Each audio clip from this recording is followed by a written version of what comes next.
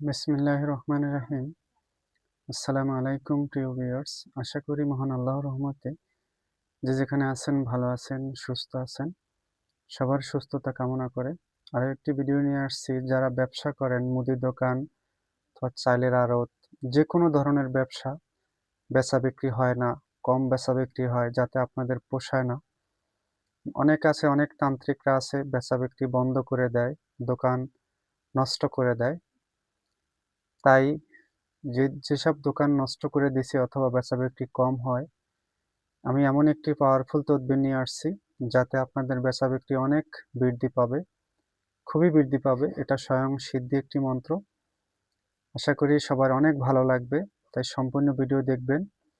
আর যদি ভালো লাগে অবশ্যই চ্যানেলটি সাবস্ক্রাইব করবেন, লাইক কমেন্ট করবেন। অবশ্যই কিছু জানার থাকলে অবশ্যই কমেন্ট করবেন।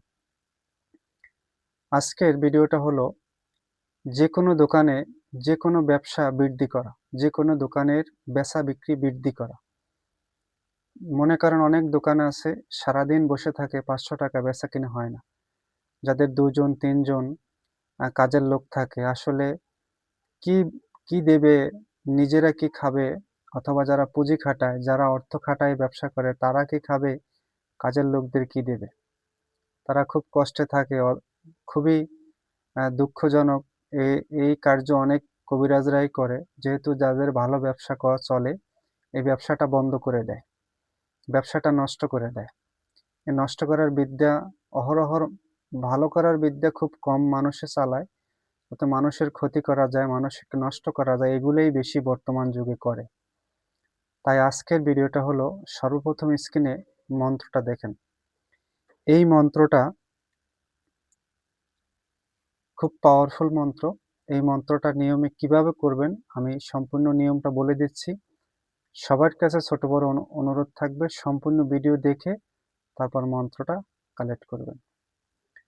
প্রথমে যদি আপনার দোকানে কেউ নষ্ট করে থাকে, ক্ষতি করে থাকে, তাহলে 2টি কাঁচের গ্লাসে পানি নেবেন। প্যাকেটের পানি হোক, টিপকলের পানি হোক বা পুষ্করের পানি হোক।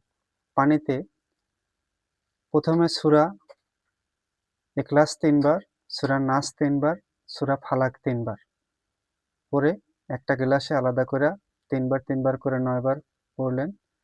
আরেকটা গ্লাস নেবেন, সেই গ্লাসটায় নুহিল ফিল আলামিন 7 সালামের একটি সালাম, নুহিল ফিল আলামিন, এটা 11 বার পরে 11 বার ওই পানিতে ফু দিবেন। ফু দিয়ে আপনার দোকানে যেখানে ব্যবসা প্রতিষ্ঠান এখানে ছিটিয়ে দিবেন। যদি কোনো তান্ত্রিক, কোনো জালিম কোনো ক্ষতি করে থাকে, আপনার ব্যবসা বন্ধ করে থাকে, এটা কেটে যাবে। আর যে মন্ত্রটা আপনাকে দিচ্ছি, এই মন্ত্রটা 7টি ধূপকাঠি নিবে, 7টি ধূপকাঠি নিবে, 7টি ধূপকাঠি হাতে নিয়ে এই মন্ত্র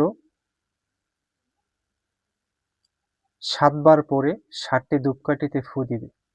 দিয়ে এই ধূপকাঠি আগরবাতিটা ধরায় দিবেন ব্যবসা প্রতিষ্ঠান যেখানে সেখানে। দেখবেন আল্লাহর রহমতে, আল্লাহর অশেষ রহমতে দেখবেন বেচাকিনা প্রচুর বেড়ে গেছে, প্রচণ্ড বেচাকিনা বেড়ে গেছে। তবে এই রহস্য কাউকে বলবেন না যে আপনি কি করতেছেন, কি কারণে আপনার দোকানে এতদিন বেচা বিক্রি হয় নাই, এখন এত বেচা বিক্রি কেন বাড়লো।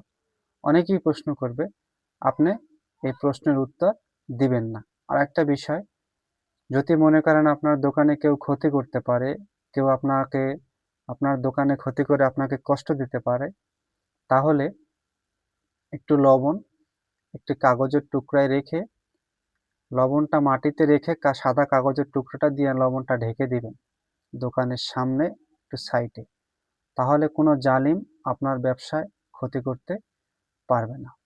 আমি মন্ত্রের নিয়মটা আবার বলে দিচ্ছি, সবাই ভালো করে শুনবেন। যেই মন্ত্রটা স্ক্রিনে দেখলেন, এই মন্ত্রটা 7টি ধূপকাঠি মানে 7টি আগরবাতি নেবেন। এই 7টি আগরবাতিতে 7 বার এই মন্ত্র পড়ে 7টি ফু দিয়ে সেই আগরবাতি আপনার দোকানে ধরিয়ে দিয়ে দেবেন। প্রতিদিন করবেন, প্রতিদিনই এটা করবেন। কিছুদিন করার পরে ইনশাল্লাহ সব কিছু ঠিক হয়ে যাবে। তবে বেচাকেনা অনেক বৃদ্ধি পাবে। আর এই মন্ত্রক্রিয়া করার আগে যেটা বলেছি, সূরা ইখলাস, নাস, ফালাক ৩ বার করে একটি গ্লাসে ফু দিয়ে জলটা ছিটিয়ে দিবেন। আরেকটি আলাদা করে গ্লাসে নহিল ফিল আলামিন এটা ১১ বার পরে ১১টি ফু দিয়ে সেই জলটাও ছিটিয়ে দিবেন। তাহলে আপনার দোকানে কোনো ধরনের অশুভ, কোনো ধরনের ঝামেলা সবকিছু কেটে একেবারে শেষ হয়ে যাবে।